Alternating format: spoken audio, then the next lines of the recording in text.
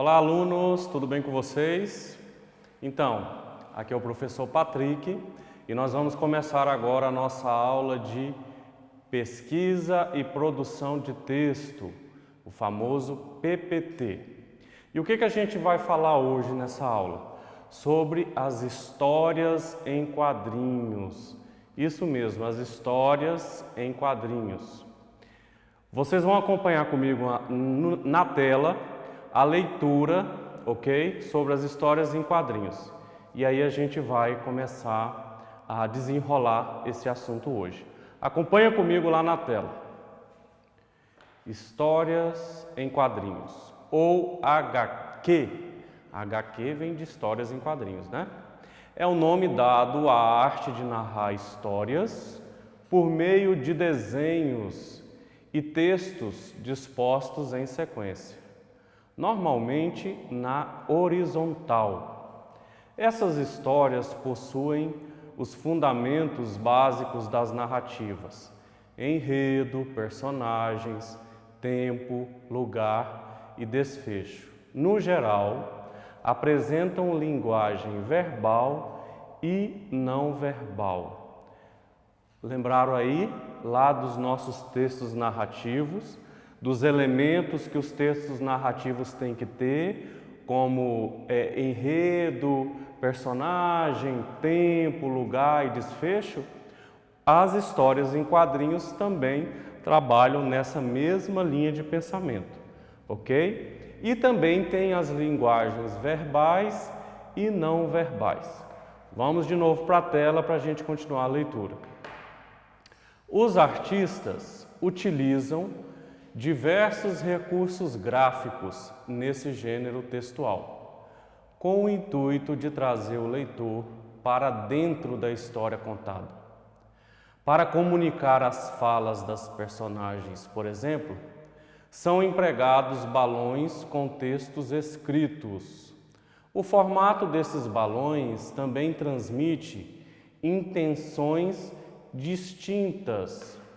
Os diversos tipos de balões indicam diferentes intenções, como a fala, um pensamento ou um grito. Então, vocês já devem ter lido histórias em quadrinhos em casa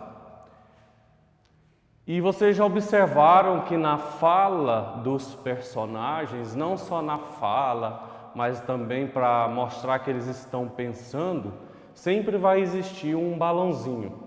E esses balãozinhos, eles mudam de forma, de acordo com o que aquele personagem está expressando.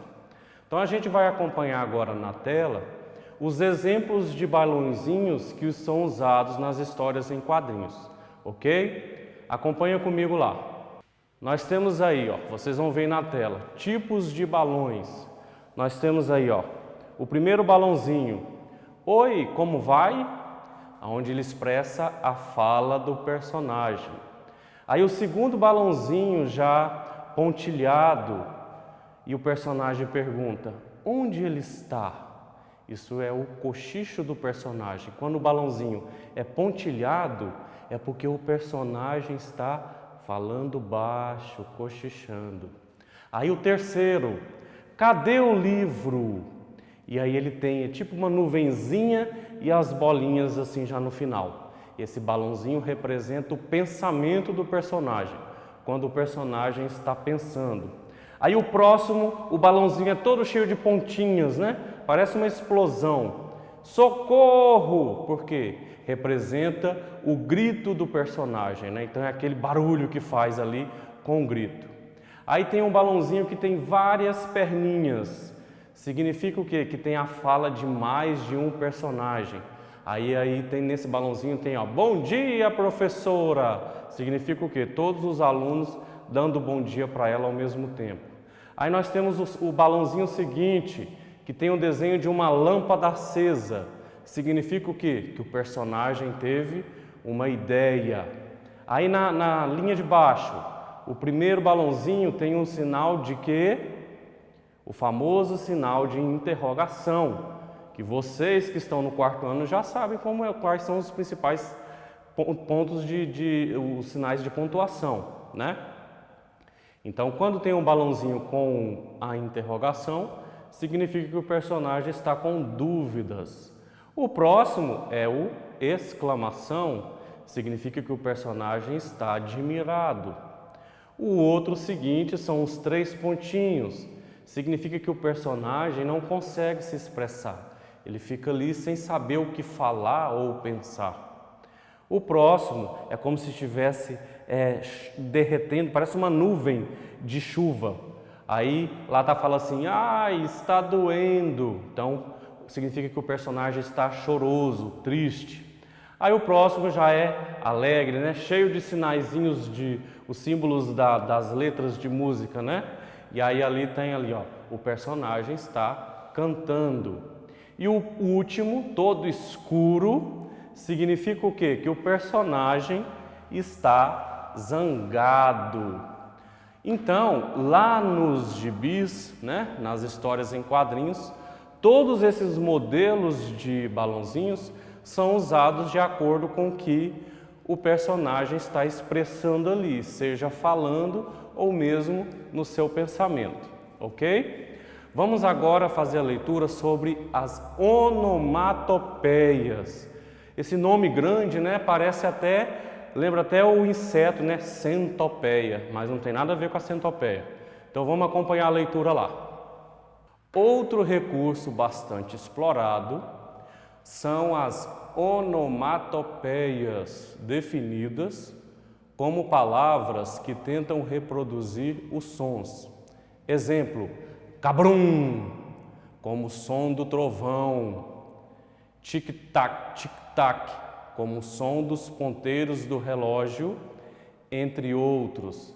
Olhem aí na tela, várias onomatopeias, né? Ding, chic-clac, splash, crash, boom, smack, puff, bang, pou. Então, vocês já viram bastante essas onomatopeias nas histórias em quadrinhos. Lá nas histórias em quadrinhos, vocês viram bastante, né?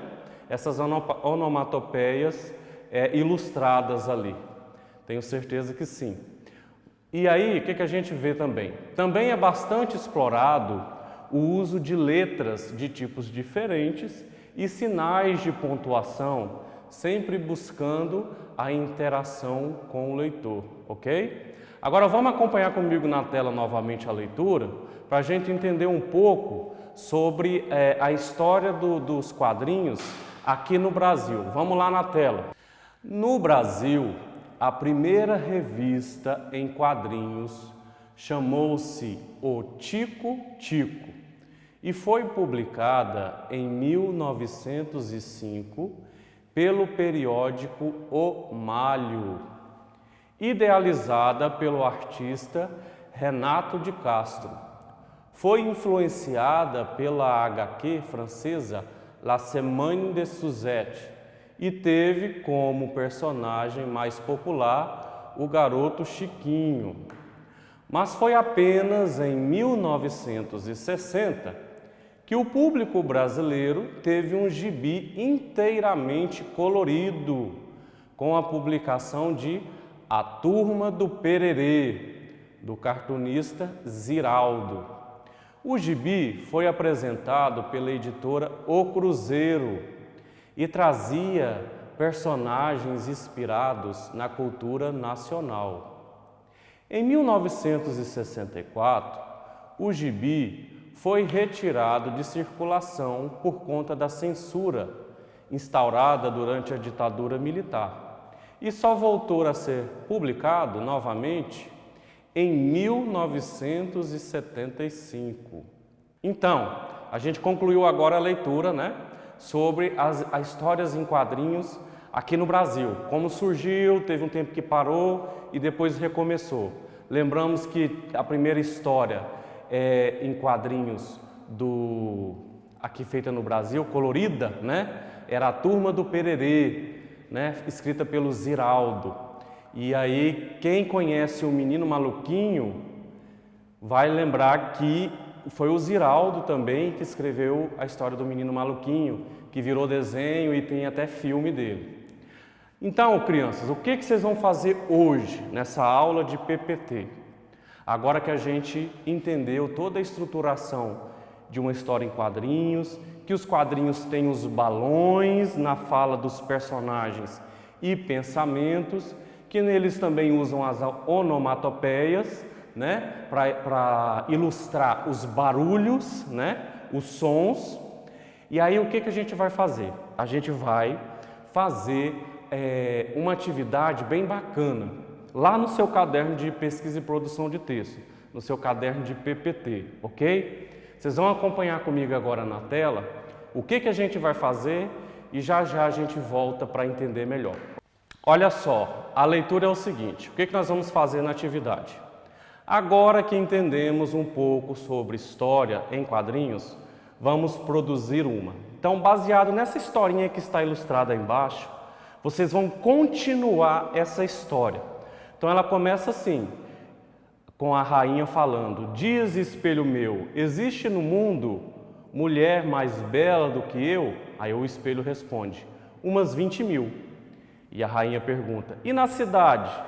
Aí o espelho responde: 325. E aí a rainha pergunta de novo: ok, e no castelo? Aí o espelho responde: só a Branca de Neve.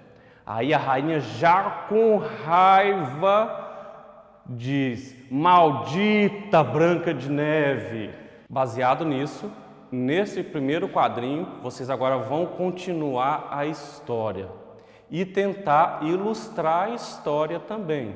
Vocês podem fazer aí mais uns 2 quadrinhos ou 3, tentar desenhar o personagem como está aí, entenderam? E continuar a história, não esquecer de colocar os balãozinhos na fala da personagem. Quem são os 2 personagens aí dessa história que começou aí? A rainha e o espelho mágico. Se nos seus próximos quadrinhos você quiser acrescentar mais personagens, você vai acrescentar. Tanto é que ela citou no último aí a Branca de Neve, né? Então, de repente, nos seus próximos quadrinhos, a Branca de Neve vai aparecer.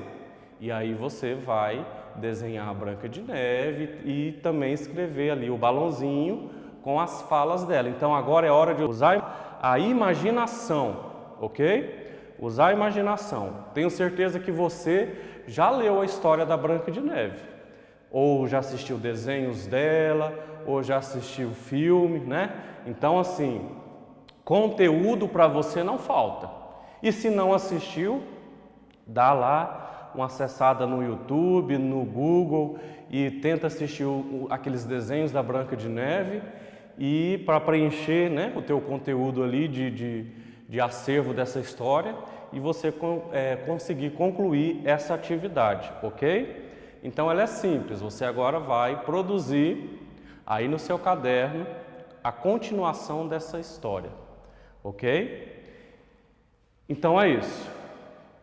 Concluído isso, você pode pintar depois o seu desenho e tal. Uma dica bacana, você pode tirar foto do que você fez.